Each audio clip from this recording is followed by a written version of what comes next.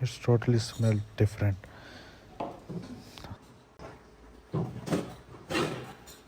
This is not a kali mirch, this is a zira.